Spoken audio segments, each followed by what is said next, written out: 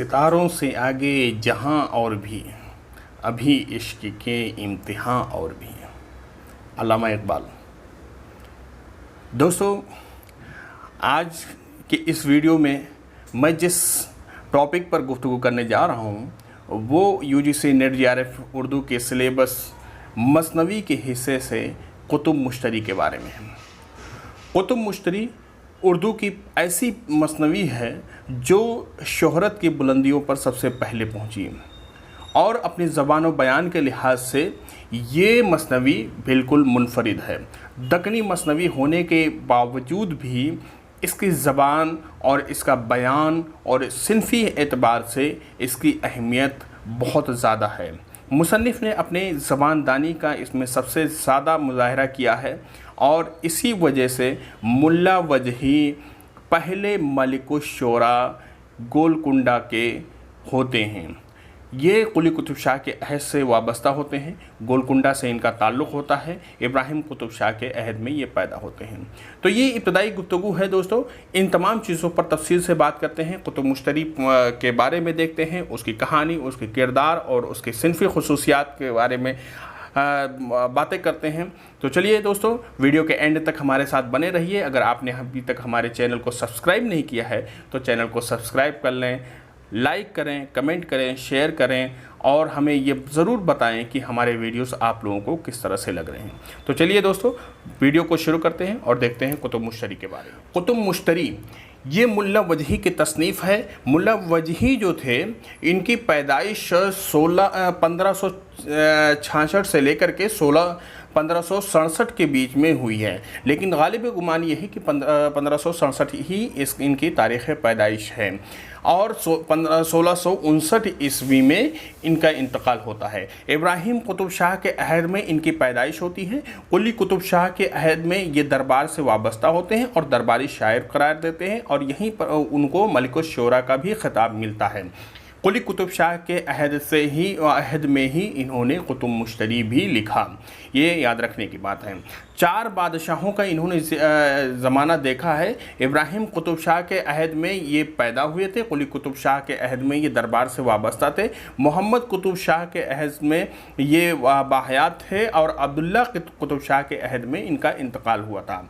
कुछ इनकी तसनीफ़ात में जो 2 तसनीफ़ सबसे ज़्यादा मशहूर है वो कुतुब मुश्तरी है जो मसनवी है, शेरी सिनफ में है, और सबरस है जो नसर है और जो एक तमसीली दास्तान है, नसरी दास्तान है। ये उर्दू की पहली दास्तान भी है, पहली नसरी तसनीफ़ भी तस्लीम की जाती है। ताजुल हक़ाइक़ जो है ये भी इनकी तसनीफ़ करार दी जाती है, लेकिन इसके बारे में इख्तलाफ है। मुहक़्क़िक़ीन कहते हैं कि ये मुल्ला वजही की तसनीफ़ नहीं है बल्कि किसी और की तसनीफ़ है। अब आइए देखते हैं कुतुब मुश्तरी के बारे में। कुतुब मुश्तरी जो है 45 साल की उम्र में मुल्ला वजही ने इस किताब को लिखी। इस मसनवी को इन्होंने लिखी थी 1609 ईस्वी में। 1609 ईस्वी में कुली कुतुब शाह का अहद में कुली कुतुब शाह की फरमाइश पर इन्होंने ये मसनवी तसनीफ़ की थी। गोलकुंडा की पहली तबाज़ात मसनवी है।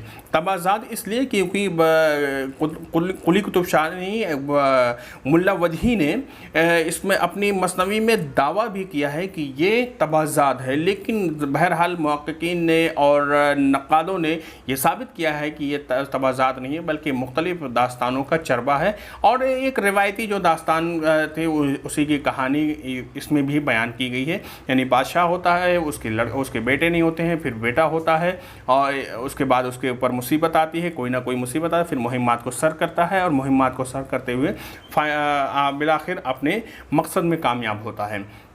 यही कहानी इसके अंदर भी है, लेकिन इसकी खुसूसियत ये है कि इस कहानी में इन्होंने कुछ ऐसे किरदारों को भी रखा है जिनके तारीख़ी वजूद है, जिनका वजूद मिलता है, जिनके हकीकी वजूद है, और इसी तरह से उसके अंदर कुछ माफ़ाकुल फ़िक्री किरदारों को भी इन्होंने रखा है जो महज एक फंतासी हैं और उनका कोई वजूद नहीं है और ये सिर्फ़ किस्से कहानियों में उनका वजूद होता है, जैसे जिन्नातों का, परियों का और राक्षस का, इसी तरह से बहुत बड़े बड़े पहाड़ों का, अजदहों का, सांपों का, इस तरह के जो बयान मिलते हैं इन्हीं को माफ़ाकुल फ़ितरी अनासिर कहा गया है। यानी जो फितरत में ना हो, यानी हकीकत में ना हो बल्कि उससे परे हो, उससे बियॉन्ड हो, जो यानी बिल्कुल अलग ही दुनिया की बात कही गई हो। 159 उन्वान इसमें दिए गए हैं। इस 159 उन्वान के तहत इस मसनवी को बयान किया गया है। और इस मसनवी का जो दूसरा उन्वान है दरशरह शेर गोयल, ये बहुत ही अहमियत का हामिल है।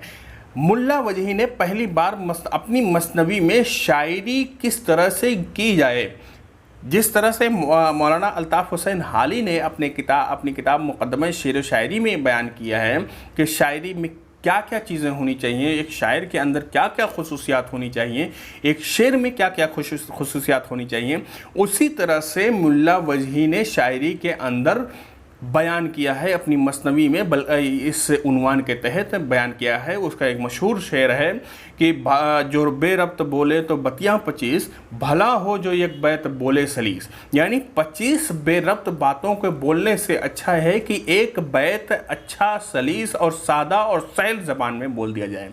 यानी ये कितनी बड़ी बात कही है आज से 500-600 साल पहले उर्दू ज़बान में, दकनी में, दकनियात में। और इसमें समझने में मेरे ख्याल से आपको भी दिक्कत नहीं आई होगी। जो बेरब्त बोले तो बतियाँ 25, बतियाँ मतलब बातें, भला हो जो एक बैत बोले सलीस।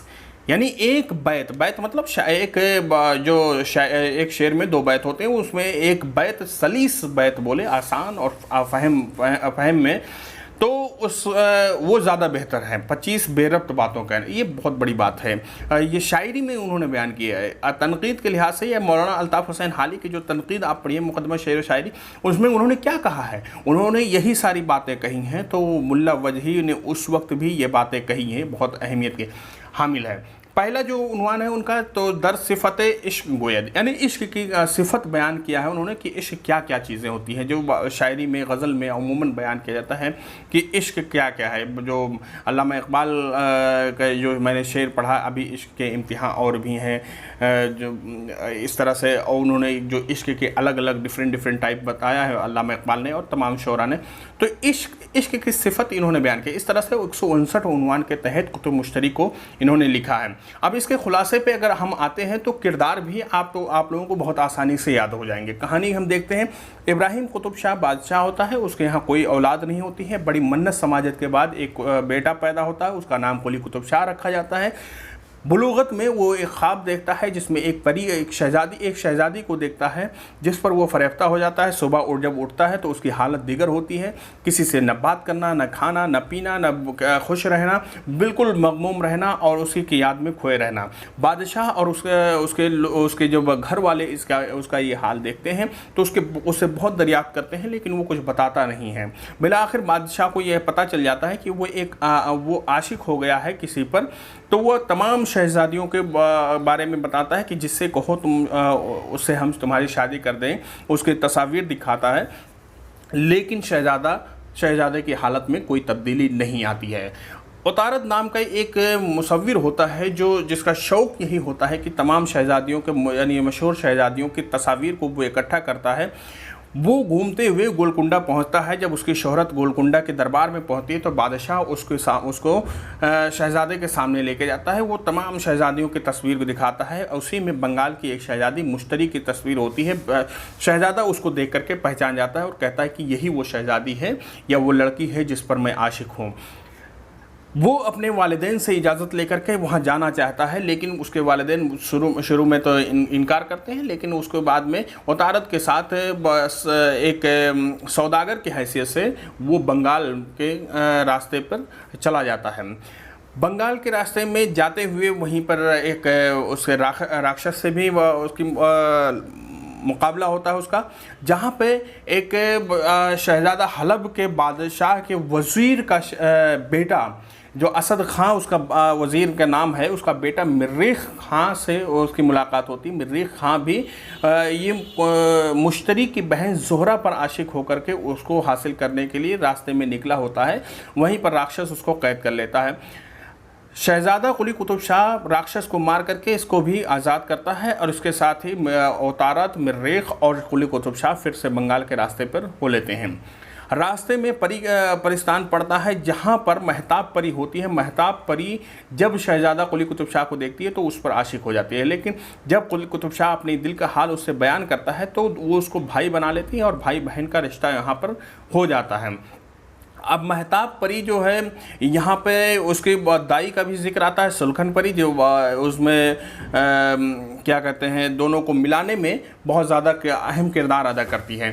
फिर वहाँ से औतारद अकेले जाता है बंगाल की तरफ। बंगाल वो जाकर के अपनी मुसव्विरी का जौहर दिखाता है। उसकी शोहरत जब दरबार में पहुँचती है तो शहजादी उसको अपने महल को आरास्ता करने के लिए बुलाती है।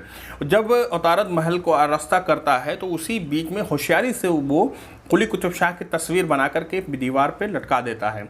जब शहजादी की नज़र उस शहजादे पे पड़ती है तो वो भी उस पर आशिक हो जाती है और पूछती है कि किसकी तस्वीर है और कौन है ये, क्या ये हकीकत में है या फिर आपने ऐसे बनाया है। तो वो कहता है नहीं, हकीकत है इसकी, मैं आपको इससे मिला सकता हूँ।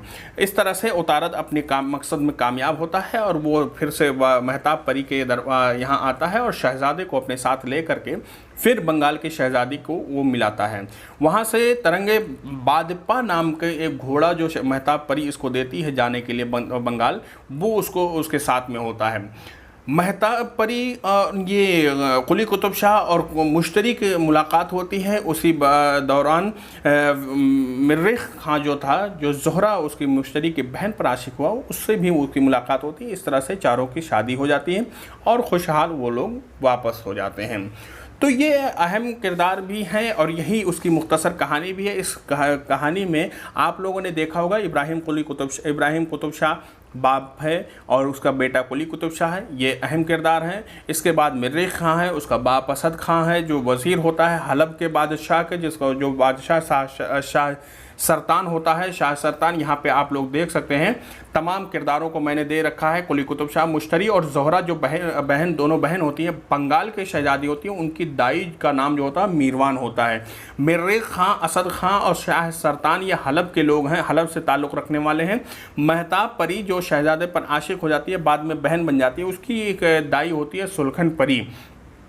ये इसका भी अहम इसमें ज़िक्र है। तो ये कुल मिलाकर के मशहूर किरदार हैं सुलखन परी, महताब परी, मिर्रिख खां, असद खां और हलब के बादशाह शाह सरतान और इसी तरह से ज़ोहरा और मुश्तरी। तो ये कहानी है, ये किरदार हैं और इसकी फ़नी खुसूसियात है जो मैंने मुख्तसरन इसमें ज़िक्र किया। तमाम मसनवी की जितनी लवाज़िमात हैं, यानी पहले नात है, फिर पहले हमद है, फिर नात है, उसके बाद में फिर बादशाह की तारीफ़ कसीदा है, उसके बाद असली क़िस्सा है। तो ये तमाम चीज़ें मौजूद हैं इसमें। जो एक मैंने खुसूसियत बताई कि उसमें इश्क की और अपनी शायरी की तारीफ़ में उन्होंने जो उन्वान बांधा है वो बहुत ही अहमियत के हामिल है। तो उम्मीद है दोस्तों कुतुब मुश्तरी के बारे में तमाम कॉन्सेप्ट आप लोगों के क्लियर हो गए होंगे। अगर कोई कॉन्सेप्ट आपका क्लियर नहीं हुआ है, कुछ कन्फ्यूज़न है, तो कमेंट करके हमें ज़रूर बता सकते हैं। उम्मीद करता हूँ दोस्तों आप लोगों को ये वीडियो पसंद आया है तो लाइक करें, कमेंट करें, शेयर करें। आप लोगों का बेहद शुक्रिया।